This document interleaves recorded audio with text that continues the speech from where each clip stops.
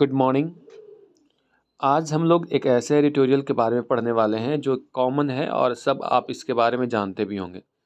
अगर आप आजकल न्यूज़ चैनल्स देखते हैं और संसद भवन की कार्यवाही की बात करते हैं तो आपको एक बात का अंदाज़ा हो गया होगा कि वहाँ पे जिसके लिए हम लोग जैसे लोग सिंपल जो मिडिल क्लास के लोग हैं टैक्स पे करते हैं, वहाँ हमारे मुद्दे को छोड़ कर के आपस में हुए लोग उलझे हुए रहते हैं। यानी संसद भवन में हम लोग जिन मंत्रियों को, जिन सांसदों को, जिन विधायकों को भेजते हैं, चाहे वो विधानसभा हो या राज्यसभा हो या फिर लोकसभा हो, वहाँ पे आप देखेंगे कि किसी सही मुद्दे पे ना ना करके फालतू में एक दूसरे पे आरोप प्रत्यारोप लगाते हैं और आपस में ही भिड़े रहते हैं। जैसे संसद भवन का किसी प्रकार का सोशल इशू से लेकर के किसी प्रकार का जो भी बिल होता है या टॉपिक होता है उस पर डिस्कशन नहीं हो पाता है। हाल के दिनों में ट्रेंड हो गया है कि पक्ष विपक्ष को और विपक्ष वाले पक्ष को दोनों एक दूसरे पे आरोप प्रत्यारोप करने में पूरा ही टाइम गवा देते हैं। जो काम की बातें होती है वो संसद भवन में हो नहीं पा रही है। इसलिए कहा जा रहा है यहाँ पे इस एडिटोरियल में कि हाउस मैटर्स, यानी हाउस का एक वैल्यू है, उसकी एक एक कह सकते हैं कि इम्पोर्टेंस है। इसलिए हाउस चलना चाहिए, वो भी सही से चलना चाहिए। किसके बारे में एडिटोरियल है?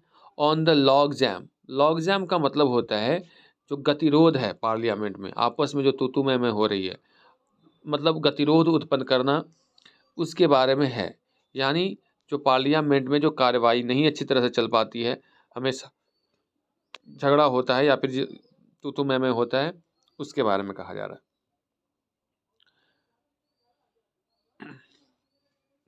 The government should not avoid a debate on issues of governance.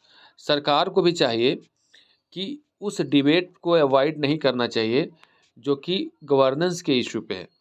यानी आप सही से सरकार चला पा रहे हैं, नहीं चला पा रहे हैं, आपकी शासन व्यवस्था सही है या नहीं है, ऐसे कोई इशू है तो उस पे सरकार को अवॉइड नहीं करना चाहिए डिबेट करने से। डिबेट करने से बचना नहीं चाहिए, इसको टालना नहीं चाहिए, ऐसा कर सकते हैं। चलिए क्या है मामला, पूरा आगे पढ़ेंगे तो समझ में आ जाएगा। आगे क्या लिखा हुआ है? The second leg. लेग का मतलब यहाँ पे क्या है? लेग मतलब यहाँ पे चरण कह लीजिए। चरण मतलब दूसरा चरण होता है ना, पहला चरण दूसरा चरण। तो the second leg of the budget session, यानी बजट सेशन का दूसरा चरण of parliament is in a deadlock.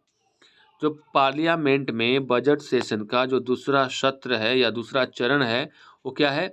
Deadlock में। और डेडलॉक का मतलब होता है गतिरोध। तो डेडलॉक इंपॉर्टेंट वर्ड है, इसको नोट कर लीजिएगा। इसका मतलब गतिरोध होता है जब आप किसी चीज़ को रोकने की कोशिश करते हैं। द रूलिंग भारतीय जनता पार्टी, जिसको बीजेपी कहा जाता है, wants Congress leader Rahul Gandhi to apologise for remarks that he made in London recently about democratic backsliding in India. Bharatiya Janata party जो है वो चाहती है कि कांग्रेस के जो लीडर हैं राहुल गांधी, वो क्षमा मांगे, माफ़ी मांगे।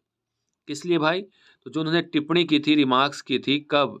जो लंदन में जब हाल फिलहाल में वो गए हुए थे तो वहाँ पे उन्होंने कहा था कि हमारे देश में डेमोक्रेटिक बैकस्लाइडिंग हो रहा है। डेमोक्रेटिक बैकस्लाइडिंग कहने का मतलब होता है जहाँ पे लोकतंत्र का हनन हो, लोकतंत्र जो है का स्तर गिरता जाता हो। ब्लैक स्लाइडिंग का मतलब होता है जब कहीं पे अरिस्टोक्रेटिक शासन हो जाए। अरिस्टोक्रेटिक कहने का मतलब यानी सरकार जो है थोड़ा कह सकते हो हिटलर शाही हो जाए, या फिर कह सकते हो सारा फैसला वो खुद से लेती है, इसमें विपक्ष का कोई इन्वॉल्वमेंट नहीं होता है। तो इसलिए कहा था राहुल गांधी ने कि डेमोक्रेटिक बैकस्लाइडिंग हो रहा है। यानी बैकस्लाइडिंग का मतलब होता है डेमोक्रेटिक जो लोकतंत्र का जो स्तर है वो गिरता जा रहा है, ये कहना चाह रहे थे। यानी लोकतांत्रिक मूल्यों का हनन हो रहा है, ऐसा भी कह सकते हैं। The Congress is insisting on the constitutions of a Joint Parliamentary Committee (JPC) to probe allegations of dubious financial transactions and dishonest business practices against the Adani Group of companies.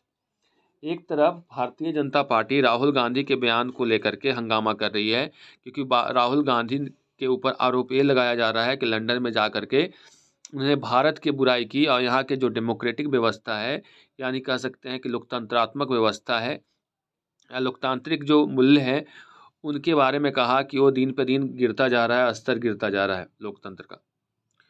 तो भारतीय जनता पार्टी इसको भारत की बुराई से जोड़ करके इसको लेकर के हंगामा कर रही है। दूसरी तरफ जो कांग्रेस है, वो जॉइंट पार्लियामेंट्री कमेटी की मांग कर रही है, जेपीसी की मांग कर रही है। किस मामले को लेकर के? कि जिसमें एलिगेशंस लगाया जा रहा है कि डूबियस फिनेंस है। डूबियस का मतलब होता है संशय से भरा हुआ। तो संशय से भरा हुआ फिनेंशियल जो ट्रांजैक्शंस हुआ था हाल फिलहाल में, अडानी ग्रुप का जो नाम आ रहा है हिंडनबर्ग के सर्वे के बाद, तो जो डिसऑनेस्ट तरीके से बिजनेसेस हुए हैं अडानी ग्रुप के माध्यम से, उसके खिलाफ जेपीसी की गठन की मांग की जा रही है। अवेलेबल एविडेंस जो हमें अभी जो साक्ष्य मौजूद हैं, that mister Gandhi had categorically stated that the challenges to Indian democracy had to be sorted out domestically। उन्होंने कहा था कि जो भी चैलेंजेज हैं, चुनौतियां हैं भारत की लोकतंत्र की, had to be sorted out, इसको सॉल्व करना है। सॉर्ट आउट का मतलब होता है सॉल्व करना, डोमेस्टिकली यानी घरेलू स्तर पे।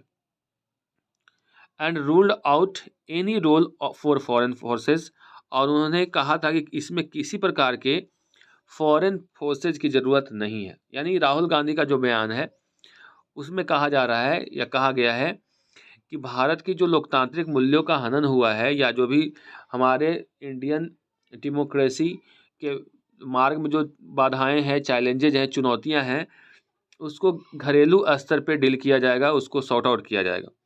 इसमें फॉरेन फोर्सेस की कोई मदद की ज़रूरत नहीं है, किसी प्रकार की विदेशी ताकतों की इसमें ज़रूरत नहीं है।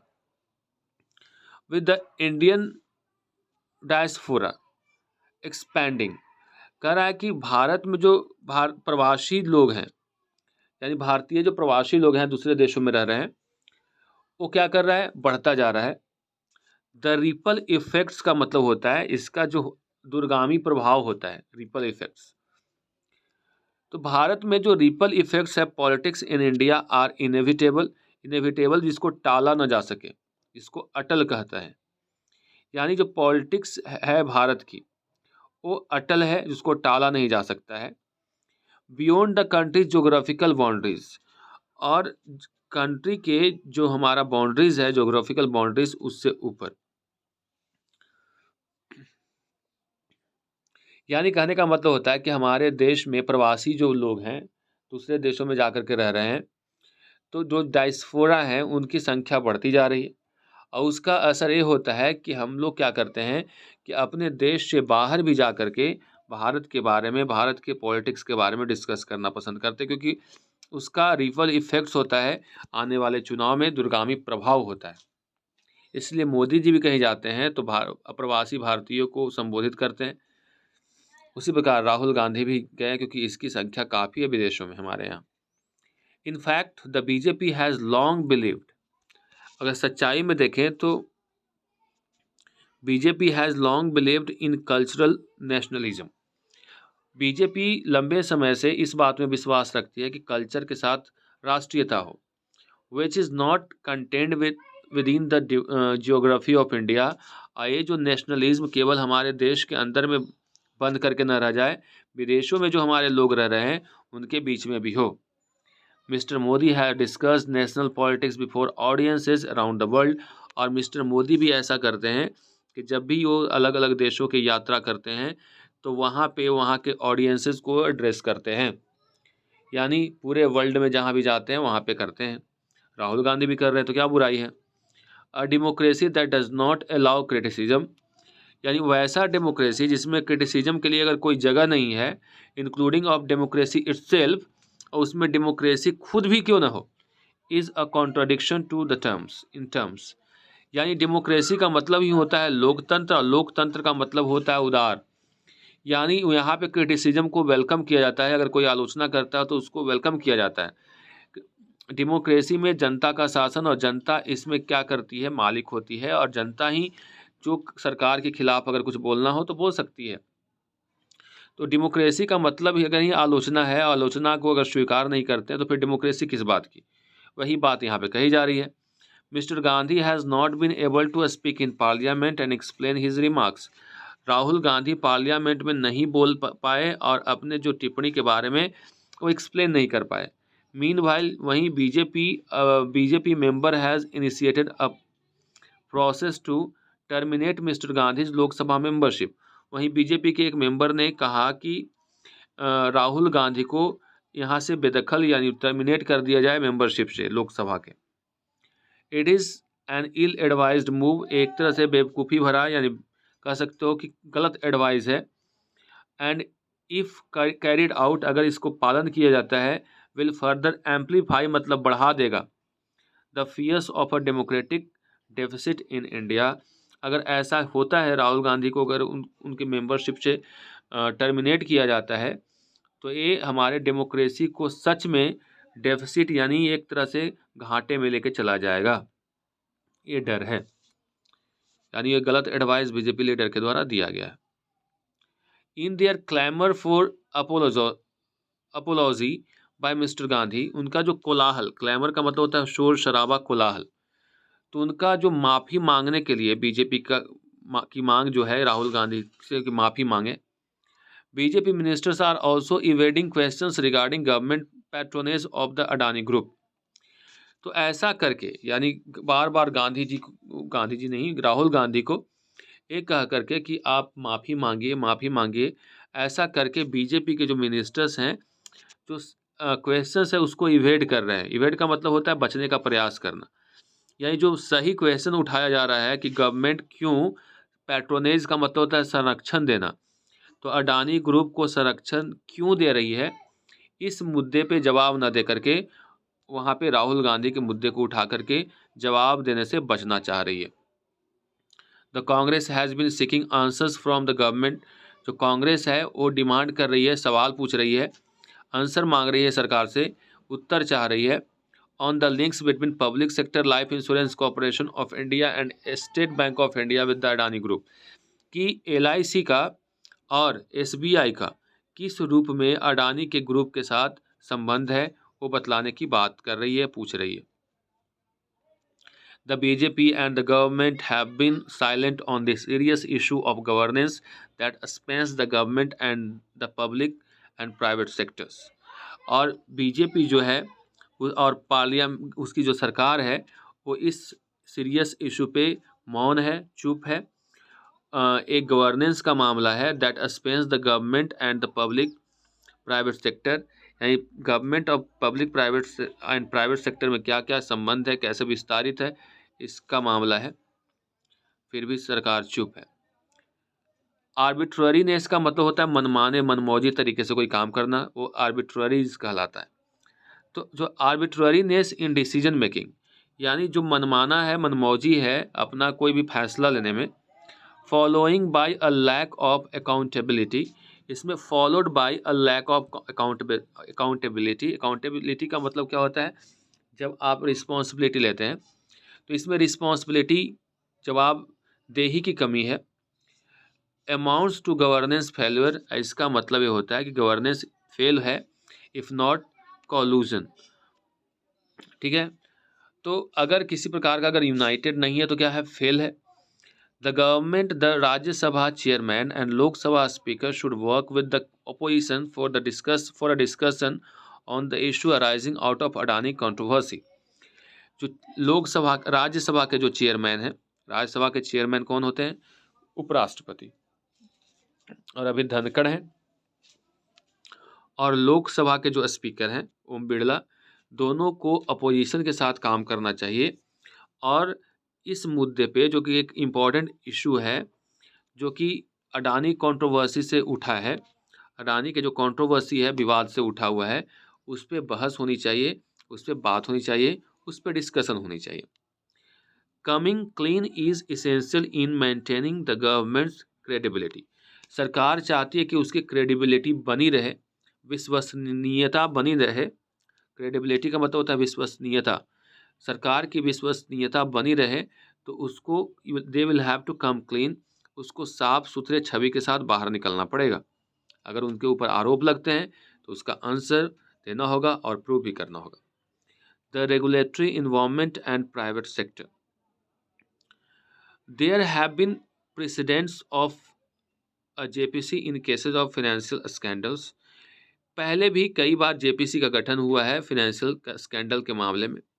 The BJP has the numbers to get away with any disregard for parliamentary norms.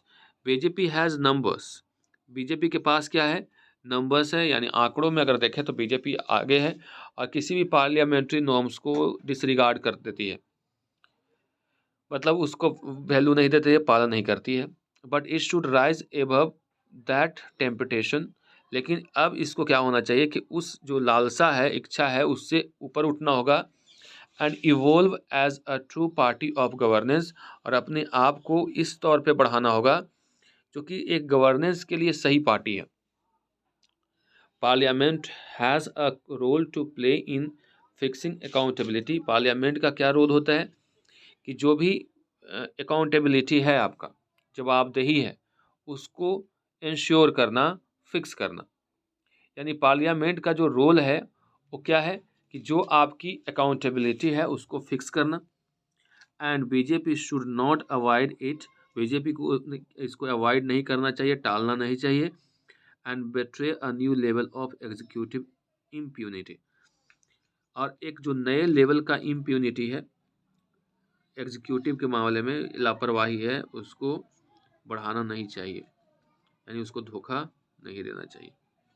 यानी कुल मिला के कह सकते हैं कि बीजेपी को जो सवाल पूछा जा रहा है उस पर आना चाहिए, बजाय इसके कि आलतू फालतू का किसी प्रकार का झगड़ा शुरू करके बात को टाला जाए। That's all for today, see you in the next video.